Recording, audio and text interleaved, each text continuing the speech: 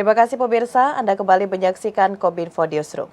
Pemirsa, setiap tanggal 1 Desember diperingati sebagai Hari AIDS Sedunia. Momen ini tentunya untuk mengingatkan seluruh masyarakat dunia dalam menumbuhkan kesadaran terhadap penyakit AIDS yang disebabkan oleh human immunodeficiency virus yang menyerang sistem kekebalan tubuh pada manusia.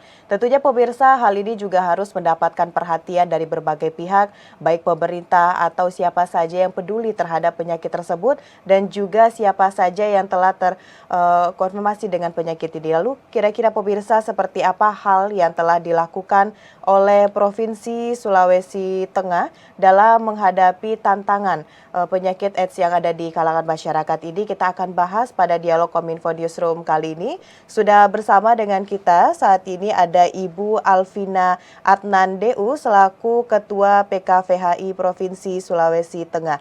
Assalamualaikum, selamat malam Ibu Alvina. Waalaikumsalam warahmatullahi wabarakatuh dan selamat malam. Baik, Bu Alvina, salam sehat Ibu. Sehat selalu, terima kasih. Baik, Bu Alvina, kita membicarakan penyakit AIDS ini, tentunya ini masyarakat sudah banyak yang mengetahui apa penyebab dari kasus ini. Namun sebenarnya yang ingin kita bahas di sini adalah Bu, bagaimana stigma masyarakat terhadap orang-orang atau ODA begitu Bu ya, orang dengan HIV/AIDS ini di kalangan masyarakat, bagaimana masyarakat lainnya menganggap keberadaan mereka sejauh ini. Dan seperti apa juga tindakan yang telah dilakukan pemerintah, baik itu dalam proses penyembuhan atau hal lainnya. Namun Bu Alvina, sebelum kita membahas lebih jauh mengenai hal tersebut, di awal kita ingin mengetahui dulu nih Bu, sejauh ini bagaimana perkembangan dari kasus HIV/AIDS ini yang ada di Provinsi Sulawesi Tengah, Bu? Baik Mbak. Untuk HIV/AIDS ataupun pengendalian HIV/AIDS di Provinsi Sulawesi Tengah, ini pertama kali memang kasus HIV/AIDS ini ditemukan di Kota Palu. Ya. Kemudian sampai dengan hari ini kasusnya kurang lebih 472 kasus. Nah, ini estimasi yang harus dikejar oleh wilayah Sulawesi Tengah. Namun yang ditemukan baru sekitar 53% atau kurang lebih 2.616. Dan kasus ini tersebar di seluruh wilayah Sulawesi Tengah, dan yang tertinggi ini memang adanya di Kota Palu. Nah, kenapa di Kota Palu? Karena wilayah Kota Palu ini adalah wilayah arus transportasi mudik, baik darat, laut, dan udara, ini selalu berada di Kota Palu. Kemudian kasus ini tersebar di yang kedua adalah di Kabupaten Banggai, dengan jumlah kasus kurang lebih 1.153.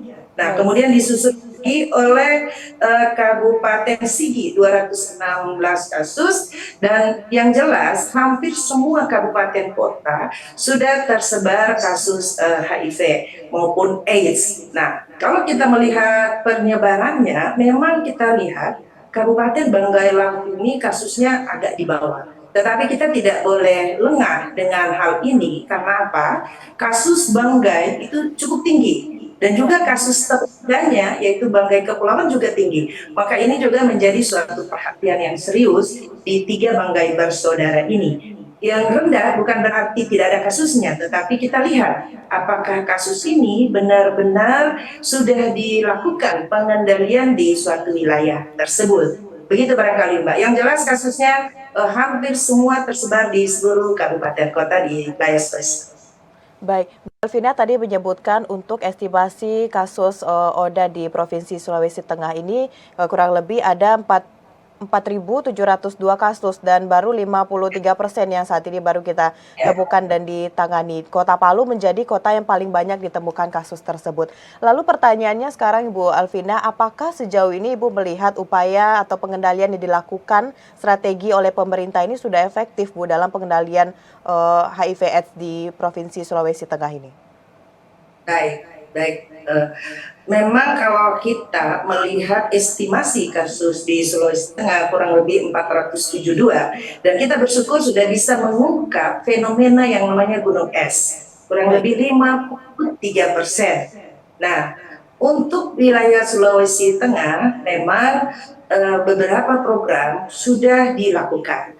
Dan ini memang programnya menurut kami yang bergelut di bidang ataupun melakukan pengendalian HIV/AIDS, terutama kami sebagai konselor, ini kurang lebih 30 tahun ya kami bergelut dengan HIV/AIDS. Upaya-upaya pemerintah ini sebetulnya sudah cukup baik, namun perlu didorong ya, namun perlu didorong kembali bagaimana penguatannya di wilayah, karena kasus ini memang kasus yang namanya diskriminasi ketika diungkap ke publik, ini juga yang menjadi suatu kekhawatiran dari orang dengan HIV/AIDS untuk mengungkapkan dirinya bahwa beliau adalah mempunyai risiko dengan HIV maupun AIDS. Dan rata-rata memang di Sulawesi Tengah ini kasus yang datang itu adalah kasus sudah dengan AIDS. Nah, padahal harapan kita bagaimana kita akan menangkapnya di HIV begitu. Karena kalau HIV ini tidak bisa dilihat dengan kacamata telanjang. Dan ini harus bukan counseling and testing bagi klien-klien ataupun orang yang merasa beresiko dengan HIV dan AIDS. Begitu, Mbak. Baik, langkah yang dilakukan oleh pemerintah Provinsi Sulawesi Tengah menurut Ibu Alvina selaku Ketua PKVHI Provinsi Sulawesi Tengah ini sudah sangat maksimal begitu Ibu ya, tapi kita tetap harus memiliki cara-cara baru agar bisa lebih masif lagi dalam pengembangan atau penelitian dari kasus-kasus tersebut. Lalu Bu Elvina, kita mengetahui bahwa tempat-tempat terselubung, kita sebut saja mungkin seperti panti pijat atau kos-kosan atau kafe bisa jadi seperti itu Bu. Apakah tempat-tempat seperti ini juga menjadi salah satu bermunculannya kasus HIV/AIDS ini Bu? Menjadi tempat yang menimbulkan semakin meningkatnya kasus yang ada di Provinsi Sulawesi Tengah?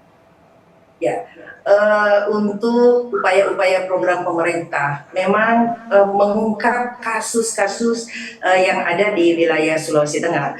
Nah, salah satu program yang dilakukan adalah bagaimana warga peduli AIDS. Nah, kemudian Sulawesi Tengah masih tetap dengan adanya pendamping orang dengan HIV/AIDS, kemudian ada Komisi Penanggulangan AIDS baik dari provinsi maupun kabupaten kota itu sudah terbentuk, dan salah satu memang program yang selalu dilakukan oleh tim yang ada di lapangan, yaitu terutama tentu para konselor dan para pemerhati AIDS ataupun yang peduli AIDS, organisasi-organisasi yang peduli AIDS, adalah melakukan suatu screening ya. Nah, screening ini kami lakukan juga suatu kegiatan pemetaan populasi kunci.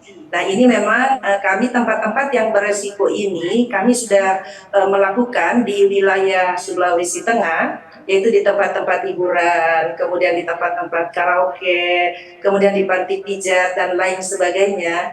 Ini sudah dilakukan oleh tim konselor yang juga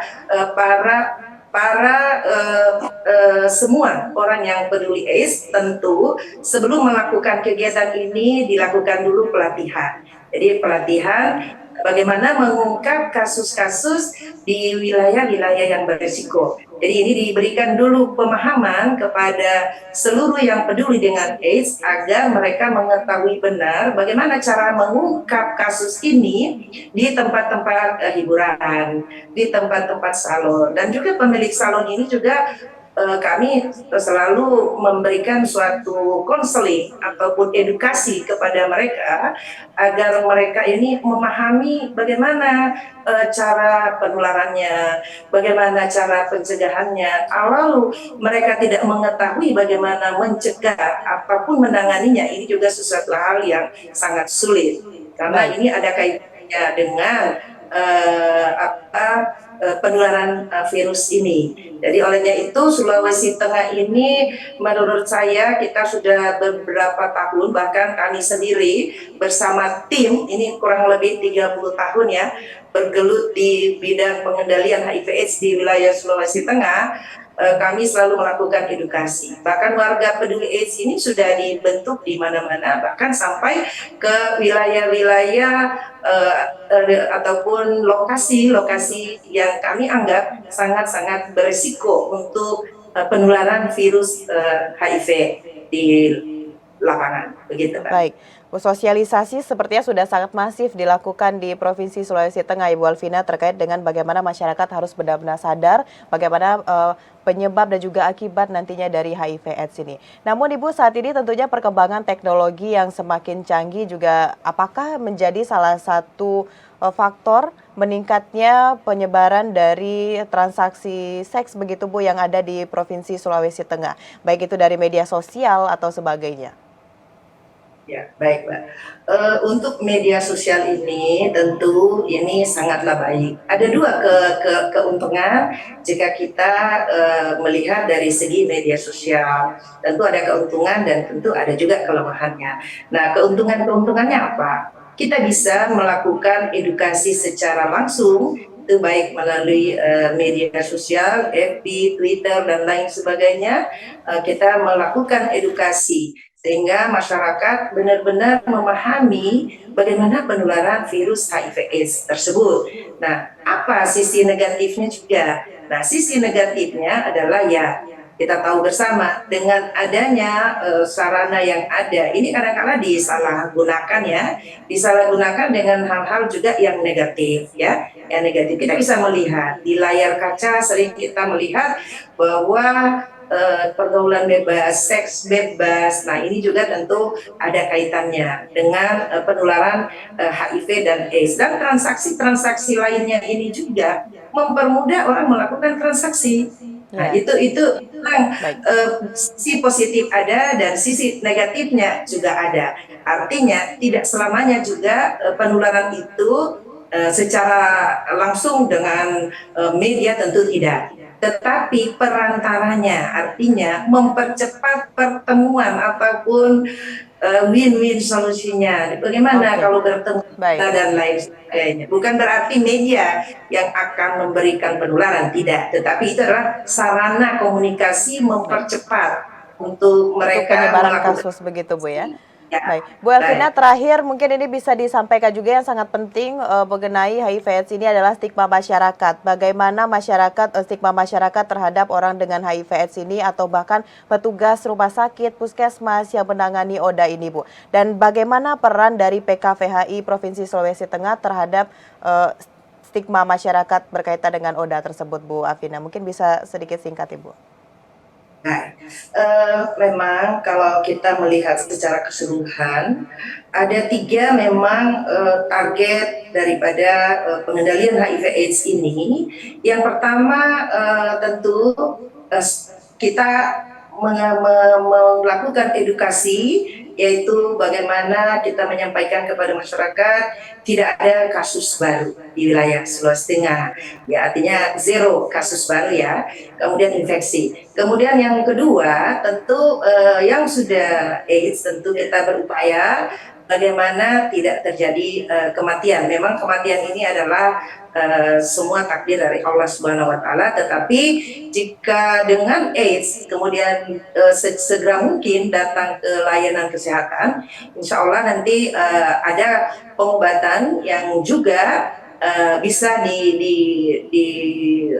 dilakukan di seluruh layanan yang sudah tersedia juga, bahkan sampai dengan di tingkat puskesmas, dan ini dilakukan secara gratis. Nah, kemudian yang ketiga adalah diskriminasi, stop diskriminasi. Nah, inilah yang lalu kita dengungkan, kita edukasi masyarakat, jangan ada diskriminasi, karena kalau ada diskriminasi nanti mereka malah tidak mau muncul untuk dilakukan tes maupun konseling HIV/AIDS. Padahal layanan ini sudah tersedia di seluruh wilayah Sulawesi Tengah, bahkan sampai dengan di tingkat puskesmas. Nah, Baik. kami ini selaku konselor tentu melakukan konseling kepada klien-klien. Nah, kami membuka layanan konseling ini kepada masyarakat agar masyarakat tidak datang pada injury time, artinya sudah dengan kasus AIDS tetapi masih merasa beresiko. Kami selalu mengimbau, ayo segera manfaatkan layanan yang sudah tersedia di seluruh kabupaten kota. Dan memang untuk tenaga konselor ya, perhimpunan konselor VCT HIV Indonesia untuk wilayah Sulawesi Tengah ini memang yang sudah aktif ini adalah Kabupaten Banggai, Kabupaten Parigi, Mouto, kemudian Kota Palu ini sudah sangat aktif, dan memang ke depan insya Allah nanti seluruh konselor-konselor yang ada di kabupaten kota melakukan gerakan-gerakan untuk mengedukasi atau memberi layanan konseling, dan perlu memang dibuka suatu layanan sehingga seluruh yang beresiko ini memanfaatkan layanan yang ada. Nah, cuma Baik. memang kendala kita memang adalah masyarakat belum mau dengan sendiri. Padahal ini dilakukan memang secara sukarela dan tidak dipungut biaya sedikit pun. Tetapi lagi-lagi untuk wilayah Sulawesi Tengah, dengan adanya konselor terlatih di wilayah Sulawesi Tengah ini, sudah mampu mengungkap kasus yang tadi, walaupun masih 53%, tetapi ini cukup membanggakan Pak. Olehnya itu untuk Oke, topik baik. hari ini sangat setuju. Ayo kita perangi virusnya dan bukan orangnya. Kita harus menuju 3-0 seperti itu, Baik. Mbak. Baik, terima kasih Bu Alvina Ya, Adnandeu selaku Ketua PKVHI Provinsi Sulawesi Tengah telah hadir dan berdiskusi bersama dalam dialog Kominfo Newsroom kali ini, Ibu. Ibu selamat melanjutkan aktivitas. Selamat malam. Assalamualaikum, Ibu Alvina. selamat malam. Assalamualaikum warahmatullahi wabarakatuh. 3-0. Baik pemirsa, itulah dialog kita bersama dengan Ibu Alvina selaku Ketua PKVHI Provinsi Sulawesi Tengah, dan setelah jeda pariwara kami akan kembali dengan berbagai informasi lainnya. Tetaplah bersama Kominfo Newsroom.